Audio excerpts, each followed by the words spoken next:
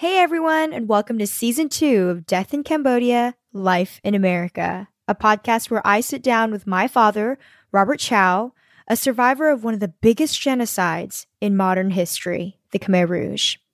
He escaped to America with $10 in his pocket and built a distributing company, one of the largest donut distributors in the US. How exactly did a poor, starving boy from Cambodia build an empire and achieve his American dream?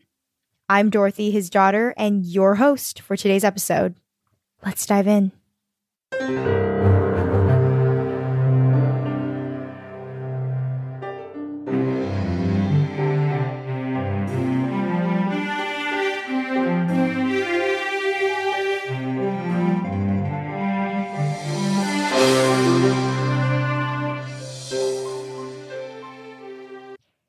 Hey everybody, and welcome back to another episode of Death in Cambodia, Life in America. So, last episode, we left off with Robert basically pinning down one of his customers who happened to be a commercial real estate agent and was like, oh my gosh, I think that this is the path for me. Can you help me find a donut shop nearby? And he did. He found one for him, and Robert now is in the process of buying his first donut shop. Let's see what happens next. And then he said, let's go over there and look at it. I said, from Diamond Bar, from Diamond up to Pomona is only 10 minutes. Mm-hmm. It's not far at all. Mm-hmm. Yeah, so the gas station, mobile gas station on the corner, and the next, it's all freestanding building. The donut shop is was a freestanding building. Okay. Too. Yeah. So did it have a drive-through? It did have a drive-through. I see. Okay. Yeah, big. And was it big? Probably around 2,000 square foot. It's pretty good size. That's not bad. No, it's a good size. Yeah. And then they're not open seat, you sell through the window because it was a rough areas. It's different from the traditional, donut shop. You walk sit down, and choose you got what you want. Nice showcase. Right. Now, this one here is a very simple drive-through or through window. So man. So what did you think of it? Oh, it was exciting. I didn't really, I said, I want it, I told Bob, I said, hey, I want it. And then I asked him how much the gross sale per month. They didn't do much at all. They probably around $8,000 gross sale per month. That's a very little. Mm-hmm. The reason why, because sometimes he's closed, sometimes he's open, because there's nobody baking. Mm. So most of his cake, his donut, they bake one day, sell 2 days. I see. And because he's the owner's son, younger son, bake, and sometimes, just to help out. So he ready to sell too, and he asking for $65,000. I said, God, $65,000. That's a lot of money. You thought you thought $400 was a lot of money. Yeah. I said, Bob, 65, which is fine because I know I can make that back in probably 1 or 2 years. Right. So I plugged the number. I wrote down, I can build this shop here up to maybe 15,000, maybe double, because the way they operate, sometimes close, sometimes open, sometimes, running out donut, see if I do hot donut every day, I'm sure I'm going to increase this business. I feel so confident myself that I can build this place to double what they're doing now. So how did Uncle feel about it? I told Uncle said, yeah, I think, hey, if you're ready, it's fine. But he asking me, he said, who gonna bake donut? I said, me. He said, who gonna sell donut? I said, me. He said, what? He said, I said, I can do it. I just need to sleep in a shop because a big shop. Big space. Big space. I said, I bake it, I sell it. Because it was, at that time, I moved, I'm still single. Right. So, right. Yeah. You don't have a family. No. And Uncle said, well, I think sounds like you're ready to rock and roll. I said, yeah, no, I am. He said, well, if you already make up your mind, he said, if you need help from me, I can finish baking here and then go over there early, try to show you, to bake. I said, yeah, that'd be great. That'd be perfect. And I told him, I said, probably going to only take me 2 days to bake it. He just laughed at me. He said, yeah, that's right, 2 days. But so it looks like you have everything you need. You just need money. I just need money. So now I told Bob, I said, can you offer him something? The price is okay. I'm not going to negotiate the price. I told Bob, I said, can I just put maybe $10,000 down? And then the rest, do the note, Pay him back? Payment, with the interest. With interest? Yeah, every month. Yeah. So I think, Bob tried to negotiate and tried so hard. But I think, the owner was said, hey, this is it. I think, 50% down, and I will carry the note, the rest at, I believe, 6% interest. I think he's pretty firm. That's the bottom line. He wants 50 down. He wants 50 down. Between $30,000 to $35,000 down. So how did you get from $300 to $30,000? It was tough. It was so and then I called Mama, and everybody's still living in Oregon, Portland. Right.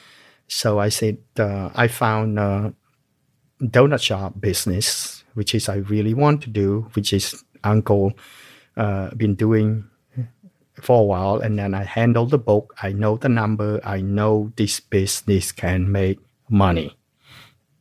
It's way better than to work for somebody. And Mama worked so hard to try to borrow money. And I think at that time, Mama only maybe $2,000-$3,000. So she called friend and I have uncle, auntie that live in Philadelphia. I have two auntie live in Philadelphia, one uncle live in Philadelphia. So the uncle in Philadelphia, give $5,000, loan $5,000 here, and auntie, loan about $1,000 or $2,000. And then, Daima's family, at that time, we just know as a friend. So, loan for about $20,000. That's a lot of money. Yeah. So I think, we put all together. So I think, got about $30,000. So I was so exciting. I'm ready. And then, How long did that take, that process? Oh, didn't take much. It didn't take long at all because, we jump on right away and call everybody. And, and some friends say, no, we don't have it. We call quite a few people, not just the close friend and the family. Right. But most of the money that we got the loan from, most of them is the family. Auntie, uncle. Uncle out there probably didn't have much money either. No, there's nobody had money at that time. They believed in you? Yeah, I think, they really, really believe in me. Everyone know that I'm willing to work hard. And then I keep my promise. I never fail what I promised people. So they know that. They know that. I said, I will pay you back probably in a year, because I calculated I can pay that back in a year or two. Mm-hmm. So I said in 1 year or two. Right. They said, no problem. Just go and, hope you can build this, this business. Become successful. Become successful. So that's what they want. They want to see. Yeah. So got cash, all cash. And now, and then delivery cash, and then and was exciting. I said, Bob, I'm ready. Let's offer it. Let's buy it. So I got $30,000, and he said, that's not enough. That's for down payment, 30. How about the inventory? All that stuff there. They're not going to give you free. I said, oh. I said, can you talk to them? Maybe they don't have to buy a whole lot. Just go ahead and whatever, just give me free. I said, and he went back there. And now they said no, because, that's probably another $1,000 something. Okay. Yeah, so it's not bad. So uncle that I live with at the time, right. He said, okay, don't worry. We can loan you the money on that inventory. So Bob just bring all the paper. I don't know what it is, but it's a bunch of paper. He said, sign here, sign there, because I trust him 100%. He know what to do. Did you even have a signature at the time? Yes. That signature is not too bad. Yeah. Oh wow, yeah. For people who don't know, Robert's signature is really, really unique and grand. It starts off with this really big slash on the paper, and then it's a big R, and it takes up almost half the signature line, if not more. And then he scribbles a bunch. It's and then a big circle. So it's very like a worm. Very unique, very, very big. I'm just curious because this is probably the first time that you're actually signing important documents. Yes. Is that how your signature looked back then too? No. It looked a little bit uniform than now. Uh-huh. Now it's just yeah. But pretty. Whatever you just thought of. Yeah. You thought of your name. Yeah. And just wrote it. Right. Yeah. So you talked about it being cash. How did Philadelphia get cash all the way to you? Oh, I think, people, they have families here. They said, oh, can you just go and, give cash, They drove it? No. They have friends that live in California. I see. Okay. And then, they have family, friends that live in California. They would give it to and then they would pay. And then they pay. Yeah. So here we are. We're signing documents in this office, and we have $30,000 in cash. Yep, I think the day that Bob said you need to bring $30,000 to me, so I think some money is not like $5, like $10, $20. I didn't remember that $100 that much at all. I think most of it just even at $1. So it's a big bag. That's why, because it's $30,000. Because if it's $100 bill, it wasn't that bad, But this is like $5, $10, $20, $1. So I carry in a paper bag, probably a pretty big bag. So I was walking to his office, and a bunch of people at that time. And the boss of that office. So walk in, and then Bob said, okay, where's the money? And then I put that bag on his desk, and that's it. He looked at it in the bag. He said, oh my God. He said, it's cash. I said, yes, it's cash. I said, oh, And then everybody, because the table, I mean, the office is no closed office. It's just an open office, and then everybody just look at it and said, oh. What and the then, heck is this? And then he took me to the conference office. Said, you have check? I said, I don't have even bank account. He said, oh, and then he tried to help, and then he started to count it. I don't know what he did with that. I think we should have asked Bob. I kind of said, where he took that cash, or maybe put in his bank, or he give the cash to the seller. I didn't ask, so he counted, and then I signed the paper and all of that. So it's just like, so it's probably just such a shock to them. They've never seen anybody like you before, just let alone somebody who's trying to buy a property and then just coming in with no bank account. You're like, you want $30-something thousand here in ones. Yeah. Down payment, $30,000. So. And probably shocked the whole office. Yeah, no, really. After that day, everybody remember me so well. Even the owner of that real estate, he remember me. And then later on, after I bought that donut shop, and then sometimes, I bring donut to them. Right. For about 15 years later, 10 years later, because he offered me, he said, hey, Robert, you need money, just call me. That owner. He had a lot of money. I think people just saw something in you. I think so, I guess. And then I took over the donut shop. How did that feel? Oh, I feel so exciting, couldn't sleep. I start like cleaning up by myself, and then, and try to learn the cat. What the cat register is just nothing. And then, I took over the shop. I believe it's December, close to Christmas. Close to Christmas, yeah, Western bro.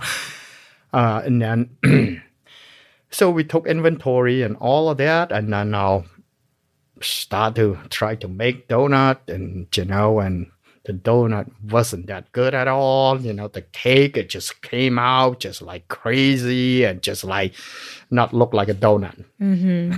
So I called Uncle. Uncle stopped by and showed me how to make cake and all of that. And then I probably soaked grease like crazy, but it's hard. So I start making array that night. This was the first night? The first night. After you got the key? After I got the key, I'm, got just in. And then I make some cake in the afternoon and put it out there, and just, I think it's bad donut for us. It's still way better than the donut, that 2-3 day old donut. Right. But I would get robbed the first night. I got robbed the first night. Really? I got robbed the first night. So I got the gun pointed at my head, and then I threw the window. How did that happen? So the first night you went in there, you got the key, we took over. We took over. Right. I mean, in the morning, inventory and all that. We close the escrow, escrow. Right. So turn the key. So I went in there, in the afternoon, I prepare and clean and try to make donut, make some donut, put it on a shelf and all that. So I'm trying to open until, extend the hour. I believe they close at 6-7 o'clock. So I think, I'm making donut anyway.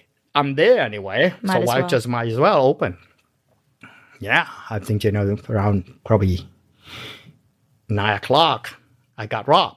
But this guy here, I know it's a rough area. They're all drug dealer, they're all, all kinds of people around there. Yeah, so the first time that I people point a gun at me to point the cash registers, and so I opened the cash at that time, maybe around $20 in the cash register. Walk me through that time? You were just working at the cash register and then somebody pulls up? Well, because the fryer and is all in the front, because it's not like a regular donut shop. You bake the donut in the back and then the showcase in the front. Right. But this shop here, the showcase is just like a shelf. It's not really showcase. It's just behind you. Behind the window. Right. And then the fryer just in that's the same room. It's just so I can see people that come in, come to the front of the window and then order. They just point it because they can see the donut through the window. Right. So they cannot come in. So they just go ahead and say, "Oh, I wanna," they come in here. Say, "Can I help you?" So they said they want one donut, one glazed donut. I remember very clear. I put in the bag. And then when I rang the cash register, and then he pulled the gun, they said, "Oh, put all money in the donut bag." So I was shaking, and then all that. So I put the money, all the monies in the bag, and that was the first time. Yes, it was the first time. You were very scared. Very scared. Never, and then I was shaking so bad. After then I'll, call the police. I did call the police. I went to the next door, the gas station. I said, "Oh, I got people robbed." Yeah. And then they call. I believe they called the police for me. Right. So we called the police. I was shaking. The police came in brief, probably 10, 15 minutes. So they got there. So they just wrote the report. I was shaking. So I think, I remember I took aspirin, at that night. Was very sad. Yeah. $20 is a lot of money. $20 gone, and nothing from the cash register. And you work hard for that. Yeah, that's the first night I remember really, really clear. Did that make you feel like discouraged? Like maybe you didn't want to? No. Not at all. Not at all. I said. Then I was shake for about 1 hour, 2 hours. Took the aspirin, and then I said, "Well, this is we're gonna continue on. I think I gonna make this place work." So then I went back and do more donut, more cake, or Ray. At this point, was Mama still in Oregon? Yes, everybody's still in Oregon. Just me. Okay. By myself. Did you tell them about the business? What were their plans? Were they going to come down? I asked them, I said, I need some help here because it's a lot of work. Yeah. I can bake at night, but, but they cannot just go ahead and move. Right away. It's a lot of stuff. And then, so I handed myself for a while. I sleep in the donut shop. Yeah, for a few months. Yeah. How? Bake, sleep in the back. Where? In the back, it's a big space, 2,000 square foot space. It's pretty big. So what did you sleep on? On the floor. Because I didn't really sleep much. I've been here. You start. That shop open until 12 midnight. It's basically 24 hours. Basically, it's 24 hours actually. And then when I finish, whenever I finish baking, I try to sleep 1 or 2 hours, and then back to work. So in the front, in the morning, prepare coffee, all of that. By myself. 1 to 2 hours? Sleep maybe 2, the most 3 hours a day, 24 hours. Yeah. You did that for 3 months. At least. It wasn't bad at all. I mean, I'm happy. I was so happy. And then I see the business increasing every day. Every day. I said, and Uncle stopped by in the morning. I said, gee, you sell this donut? He said, it's not donut. I said, well, my customer love it. Yeah. So I learned. With time. With time, after a month, and then my donut is getting way better. Better and better. Better and better. But then,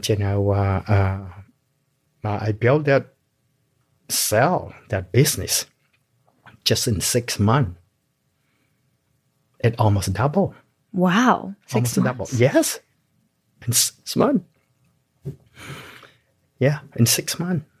I was so exciting. I said, oh, wow. I make so much money. I have no labor. No one to hire anybody. Well, you only slept 2 hours a day, and you were the baker, the janitor, the cashier, everything. Yeah, but I was exciting. I was so happy, and what did you do with your money? Pay back all right away to my uncle, my auntie who were down, old. And pay them back. I mean, starting from the 3rd month, I'm start paying back. Mm-hmm. Whatever I can make, I make so much money. Because of no labor. If at that time the gross sales start from 11,000 to 12,000 or 15,000, you make so much money because you just pay the rent, the utility, and the supply. The supply at that time is not. It wasn't bad at all. So I make like $9,000 a month. A month. Cash. That's already more than your uncle in 6 months. Oh yeah. Yeah.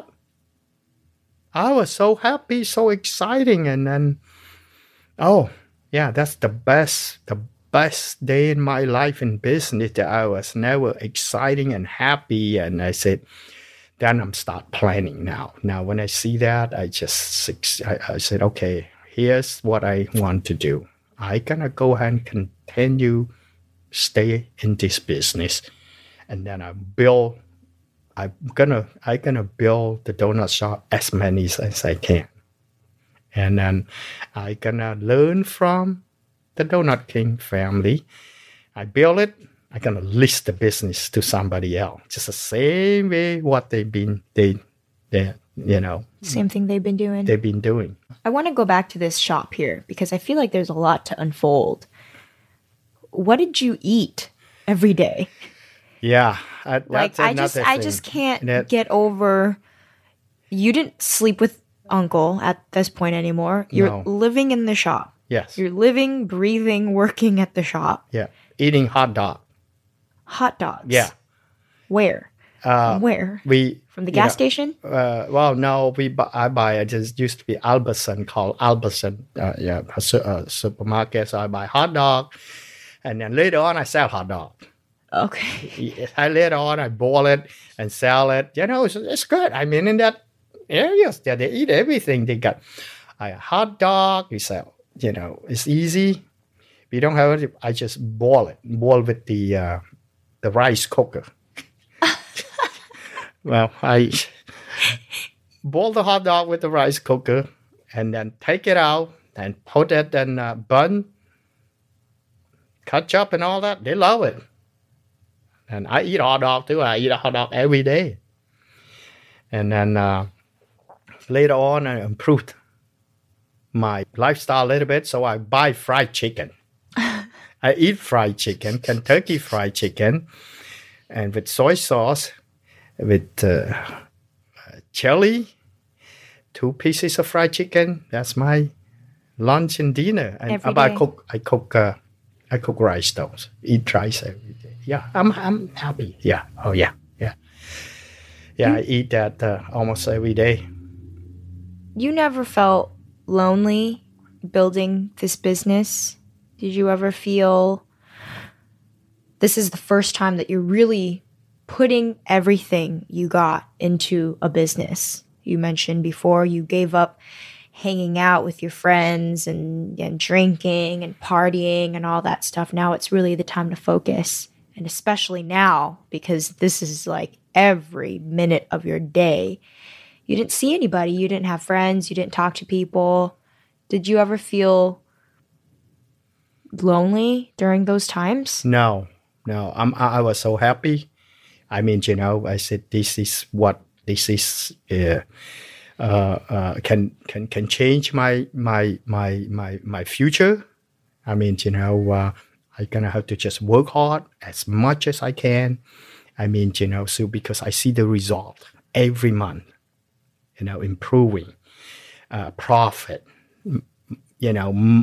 money making.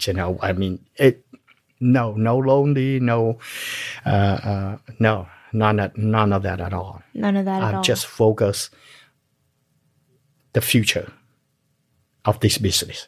So would you say that you're probably naturally a businessman? I think so, I guess, because, the parent, grandparent, all when I grow up, I see, when I open my eye, all they do is business. And then I guess. Business makes you happy. Make me happy.